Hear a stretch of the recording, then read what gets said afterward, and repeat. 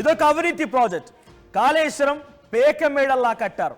కాళేశ్వరం ఒక white elephant. Kaleshwaram ద్వారా కల్వకుంట్ల కుటుంబం లబ్ధి పొందింది. 1,00,000 కోట్ల అవినీతి.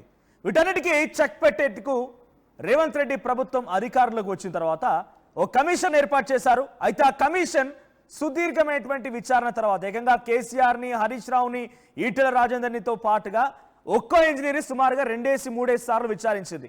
ఒక ఫైనల్ రిపోర్ట్ తయారు చేసింది. సుమారుగా 700 పేజీలతో కూడినటువంటి రిపోర్ట్ని తయారు చేసి ప్రభుత్వానికి అందించింది. ఇప్పుడు ప్రభుత్వం ఆ 700 పేజీల రిపోర్ట్ పైన మళ్ళీ ఒక ఆఫీసర్లతో కూడినటువంటి అధ్యయన కమిటీని వేసి ఒక 10 పేజీలతో కూడినటువంటి రిపోర్ట్ని తయారు చేశారు. ఇప్పుడు 10 పేజీలతో కూడిన రిపోర్ట్ ఎక్స్క్లూజివ్గా ఆర్చ్ టీవీ దగ్గర ఉంది.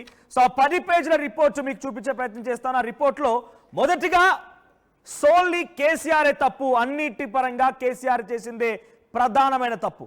ఒంటరిగా నిర్ణయాలు తీసుకున్నారు, ఒంటెద్దు పోకడలతో ముందుకు వెళ్ళారు. అంటే ఇంగ్లీష్లో ఉంది కమిషన్ రిపోర్ట్ అనేది, అక్కడ ఆఫీసర్ ఇచ్చిన కమిటీ రిపోర్ట్ అనేది. కానీ దాని అర్థం అంటే ఏంటంటే కేసీఆర్ ఒంటరిగా నిర్ణయం తీసుకున్నారు, క్యాబినెట్ అప్రూవల్ లేదు. అసలు ఆ ప్రాజెక్ట్కి కర్త కర్మ అంతా కూడా ఆయన ఐడియా, ఆయనే ఒంటరిగా నిర్ణయం తీసుకుని ఆయన ఎగ్జిక్యూట్ చేసి ఆయన డైరెక్షన్తోనే ఈ ప్రాజెక్ట్ కట్టారు. కాబట్టి కుంగుబాటు గురైంది, ఈ రకంగా ఇర్రెగ్యులారిటీస్ ఫామ్ అయ్యారు. అట్ ద సేమ్ టైం ప్రతిసారి కూడా ఈ రిపోర్ట్లో 10 పేజీల ఈ రిపోర్ట్లో ఎక్స్పర్ట్స్ కమిటీ ఇచ్చిన నివేదికని తుంగలో దొక్కారనేదే ప్రధాన అంశంగా ఉంది. సో ఎక్స్పర్ట్ ఇచ్చిన కమిటీ ఆ అంశాన్ని తుంగలో తొక్కడంతో పాటుగా కేసీఆరే కర్త కర్మ క్రియ. ఈరోజు నాశనం అవడానికి కూడా కారణం కేసీఆరే. 1,10 కోట్ల రూపాయల ప్రాజెక్టు విలువ అంటూ కూడా దానిలో మెన్షన్ చేశారు.